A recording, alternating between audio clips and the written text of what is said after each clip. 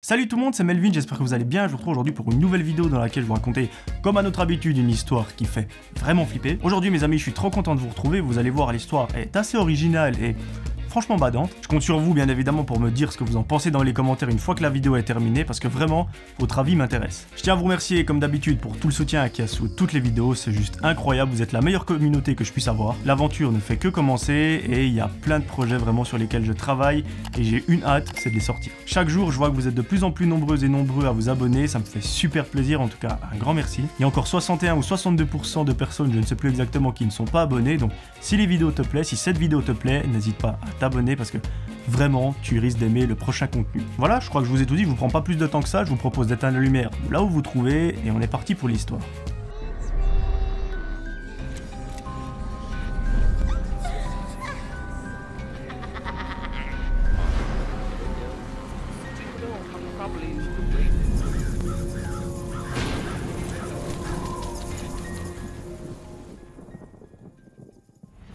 Aujourd'hui mes amis, c'est l'histoire de Fanny et de Nilsson. Les deux sont en couple depuis un peu plus d'une année, ils s'entendent à merveille. Ils ont tous les deux 23 ans et ils nous racontent qu'entre eux, c'est le parfait amour. Vraiment, ils ne peuvent pas être plus heureux que ça, ils se voient super souvent et c'est juste trop cool. Contrairement aux histoires que je raconte sur la chaîne, celle-ci s'est passée assez récemment. C'était en janvier 2021, donc il y a à peine 1 an et 2 mois. À l'époque des faits, les deux étaient en couple depuis à peine quelques temps, quelques semaines, et c'était la fameuse période où il y avait les confinements et les mesures sanitaires un peu partout dans le monde. Mais Fanny nous raconte qu'elle et son copain avaient envie de bouger, de respirer, de souffler un petit peu. Ça faisait déjà une année qu'il y avait ces confinements, ces mesures sanitaires, etc. Ça devenait très oppressant pour eux, comme j'ai envie de dire pour la majorité des gens dans le monde, et ils avaient juste envie de penser à autre chose, de se faire un petit plaisir pendant un week-end et être tranquille. C'est pourquoi il nous raconte qu'elle et son copain ont réservé un week-end dans un hôtel. Tout ça s'est passé en Belgique, eux-mêmes habitent dans ce pays, donc ils ne sortaient pas du pays, enfin ils étaient en règle, et elle nous raconte qu'ils ont pris une chambre dans un hôtel qui est quand même assez huppé, assez luxueux. Ils ont mis un sacré prix, mais au moins ils vont profiter comme jamais. On est 2 jours avant le grand départ et Fanny nous raconte qu'elle a des cours en ligne. Tout se passe vachement bien, elle nous raconte qu'elle a un petit peu de peine à se concentrer à la maison, comme n'importe quel étudiant, j'ai envie de dire. Son copain, lui, n'habite pas avec elle, il a aussi des cours en ligne, donc les deux sont occupés la journée. Pendant toute la journée, les deux étudient et le soir, ils se voient parce qu'ils habitent l'un à côté de chez l'autre. Donc c'est plus ou moins pratique. Fanny nous donne un détail qui, pour moi, a son importance dans l'histoire, c'est qu'en fait, c'est quelqu'un qui ressent beaucoup les choses, notamment les émotions des gens, ce que les gens peuvent penser. Enfin, elle nous raconte que c'est assez bizarre, c'est assez particulier. Elle nous explique même que pendant sa vie, ça a été parfois spécial parce que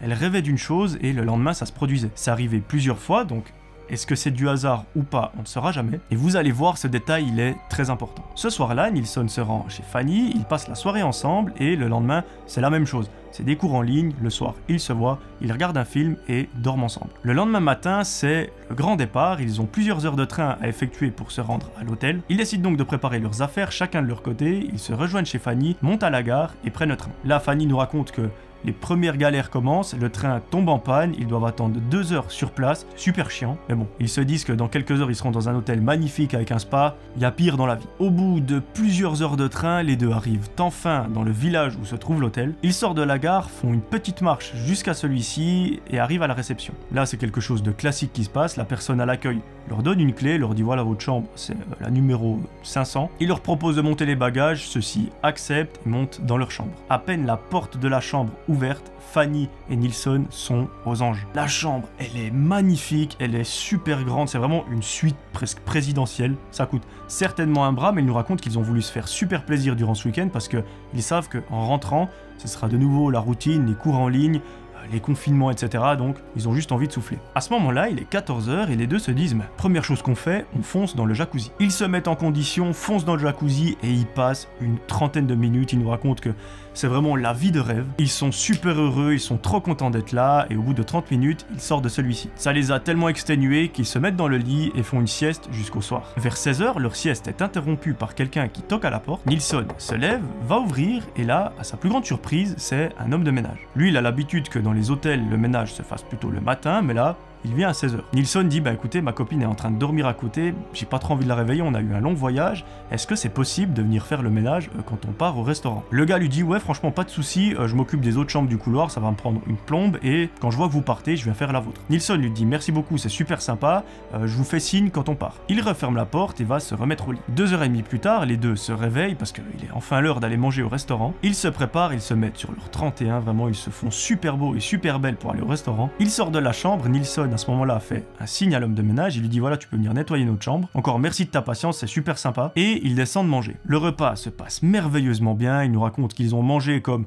jamais dans leur vie, ces petits plats gastronomiques où c'est des assiettes millimétrées, enfin...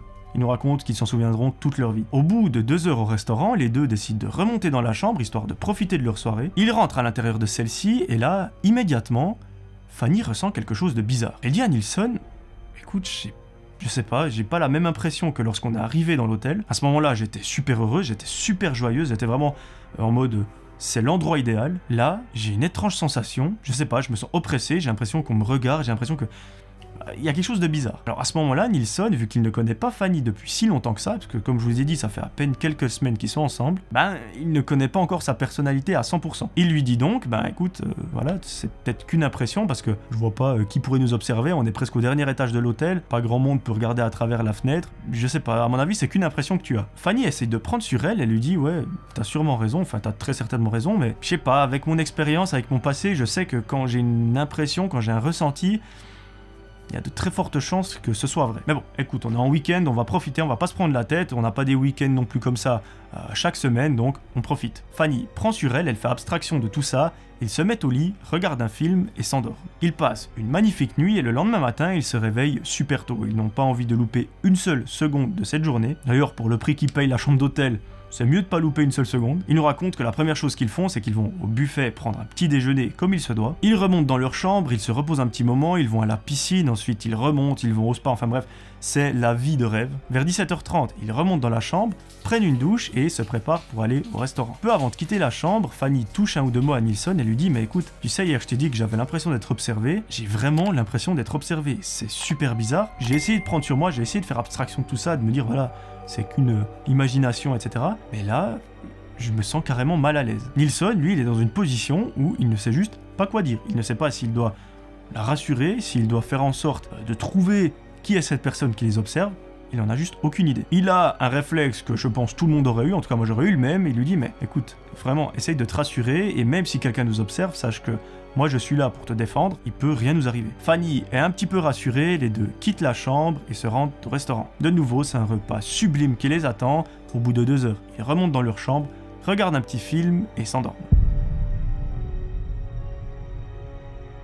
Le lendemain matin, c'est malheureusement la fin du séjour, il est l'heure de quitter la chambre et de partir de l'hôtel. Alors de son côté, Nilsson est abattu, mais Fanny, elle est presque soulagée. Parce qu'être dans un endroit où on se sent pas à l'aise, un endroit...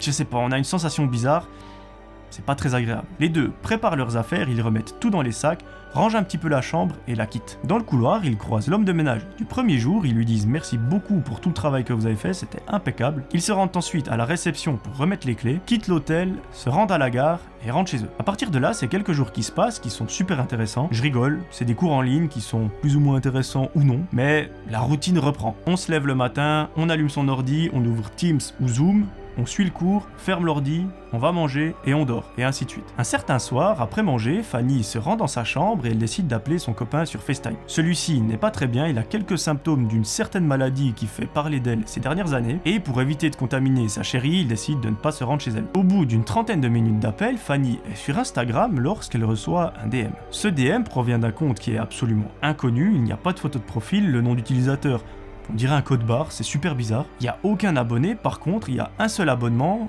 et c'est Fanny. Là, elle se dit, mais c'est chelou, c'est bizarre ce compte, je vais ouvrir le DM et voir ce qu'il y a à l'intérieur. En ouvrant le message, Fanny est terrifiée. Elle a tellement peur qu'elle lâche le téléphone et elle est bouche bée. À ce moment-là, à l'autre bout du fil, Nilsson lui dit, est-ce que ça va ? Est-ce que tout va bien ? Fanny, ne répondant pas pendant quelques secondes, finit par lui dire, on a un très gros problème. Nilsson de son côté se met gentiment à flipper parce qu'il se dit mais qu'est-ce qui se passe? Fanny lui dit je viens de recevoir un DM sur Instagram d'un inconnu qui me suit uniquement moi, on dirait que le compte vient d'être créé et il m'a pas juste demandé salut ça va, il m'a envoyé des photos de moi, de nous, dans la chambre d'hôtel. Donc autant te dire que ces photos sont absolument dérangeantes. Là elle les envoie à Nilsson et lui dit mais attends mais comment c'est possible? On est seul dans la chambre, il n'y avait pas d'appareil photo, de caméra ou je ne sais quoi.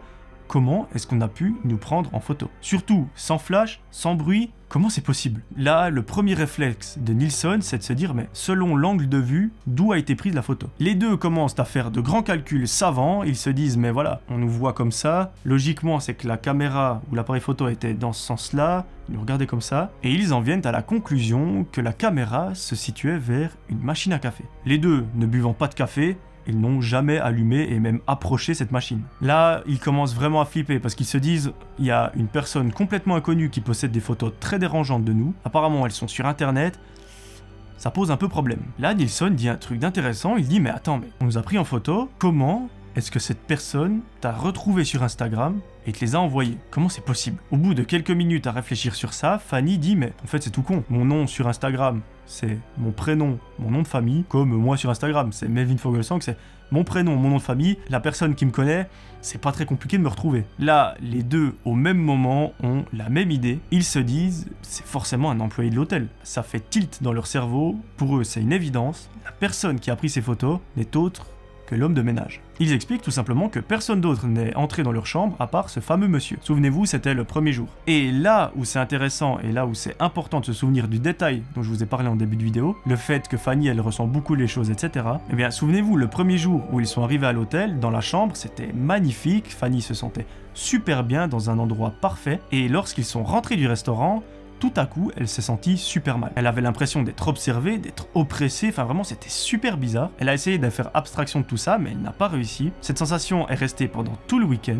Et justement, cette fameuse personne qui est venue faire le ménage dans leur chambre, elle est venue pendant qu'ils étaient au restaurant. Là, les deux, le premier réflexe qu'ils ont, c'est d'appeler la police. Ils se disent, voilà, on a des photos de nous super dérangeantes, on n'a pas envie qu'elles se retrouvent accessibles au public sur internet ou je ne sais quoi. Enfin, techniquement, elles sont déjà sur internet, mais on n'a pas envie qu'elles soient diffusées à large échelle sur les réseaux sociaux ou je ne sais quoi. Ils décident donc d'appeler la police et de poser immédiatement une plainte. On n'a pas les détails de comment l'enquête s'est déroulée, par contre, on connaît le résultat. Et j'ai envie de dire cette fois-ci on est chanceux parce que ça fait quelques histoires où on connaît pas vraiment la fin. En fait, au bout de plusieurs mois d'enquête, vraiment ça a duré super long, l'homme de ménage a fini par avouer que c'était lui qui avait positionné une caméra dans la machine à café. Donc elle était bien dans la machine à café, en fait sur la machine il y a une sorte de miroir, c'en est pas vraiment un, c'est une vitre. Donc la personne qui la regarde voit un reflet, sauf que derrière, la caméra, elle voit parfaitement à travers. Il a donc posé cette caméra lorsqu'il est venu faire le ménage. Il raconte qu'il a flashé sur Fanny, vraiment, il a eu un coup de foudre. Il l'a croisée lorsqu'ils sont entrés dans l'hôtel, donc vraiment au tout début, c'est comme ça qu'il a eu le temps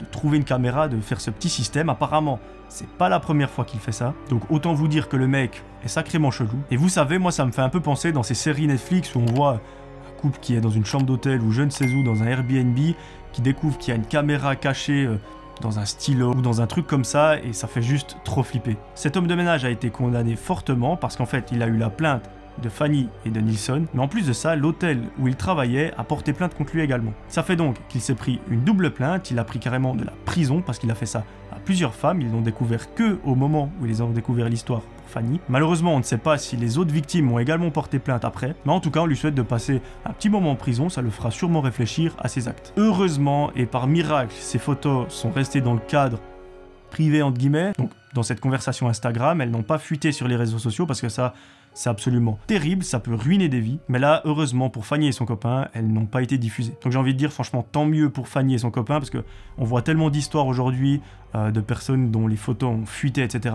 Ça ruine des vies et heureusement que ça ne leur est pas arrivé à eux. Elle nous raconte que cette histoire les a beaucoup marqués, mais ça les a encore plus soudés et ils prévoient prochainement de repartir en vacances. Donc s'il n'y a pas de séquelles, tant mieux. Voilà, c'est la fin de cette vidéo, j'espère qu'elle vous aura plu. En tout cas, moi j'ai pris un réel plaisir à vous la raconter comme d'habitude. Pour rappel, comme je le dis dans beaucoup de vidéos, gardez toujours à l'esprit qu'on se base uniquement sur des témoignages et que par défaut, un témoignage peut être complètement faux. Donc gardez toujours en tête que cette histoire n'existe peut-être absolument pas, que Fanny et Nilsson n'existent pas. Voilà, je vous ai tout dit, j'espère que l'histoire vous a plu. Si c'est le cas, mettez votre plus beau pouce bleu. Moi, je vous retrouve très vite pour une nouvelle vidéo. C'était Melvin, ciao tout le monde.